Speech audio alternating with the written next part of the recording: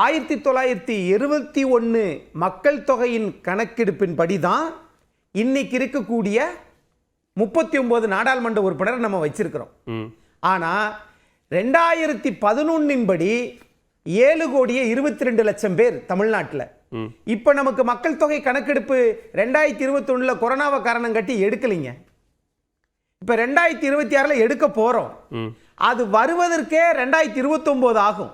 சரி, அது வந்ததற்கு பிறகு ஒன்று ஆணையம் அமைத்தல், இரண்டாவது மக்கள் தொகையை ஆர்டிகிள் 81(2)A படி ஒரு நாடாளுமன்றத்தில் லோக்சபாவுக்கு அதிகபட்சமாக 550 பேர் எண்ணிக்கையை உயர்த்தலாம். ஆனால் இங்க அதை அதிகப்படுத்தி இருக்கிறது.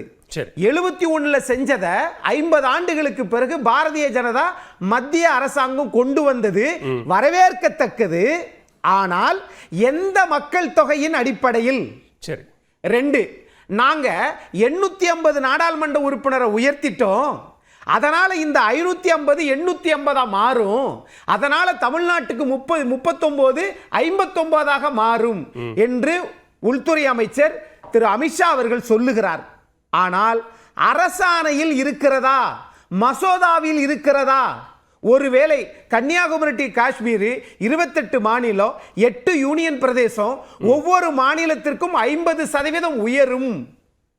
மசோதாவில் எங்க? சரி, மக்கள் தொகை அடிப்படையில் இல்ல. எப்ப வரும்? 2029. அதையும் கொண்டு வந்திருந்தால் இந்த மசோதா சரியா இருந்திருக்கும். ஒண்ணு. ஆனால் எதிர்க்கட்சிகள் எல்லாம் இதை காரணம் காட்டி தேசிய ஜனநாயக கூட்டணிக்கு மகளிர் மசோதா 33% இவர்கள் அதை வரவிடாம பார்த்துக்கிட்டாங்க. இது அங்க போயிடும் அவங்களுக்கு அப்படின்னு பார்த்துக்கிட்டாங்க. 2 ஆண்டுகளுக்கு முன்னாடியே வர வேண்டியதுக்கு. ஆனா இப்ப கொண்டு வந்திருக்கிறாங்கன்னா இந்த நேரத்தில் 2 மசோதாக்களையும் கொண்டு வருகிற போது இதுல பெண்களுக்கு சேர வேண்டிய அந்த 33% கெடுத்தது இந்திய நாட்டினுடைய எதிர்க்கட்சிகள். அப்படிதான் நான் பார்க்கிறேன்.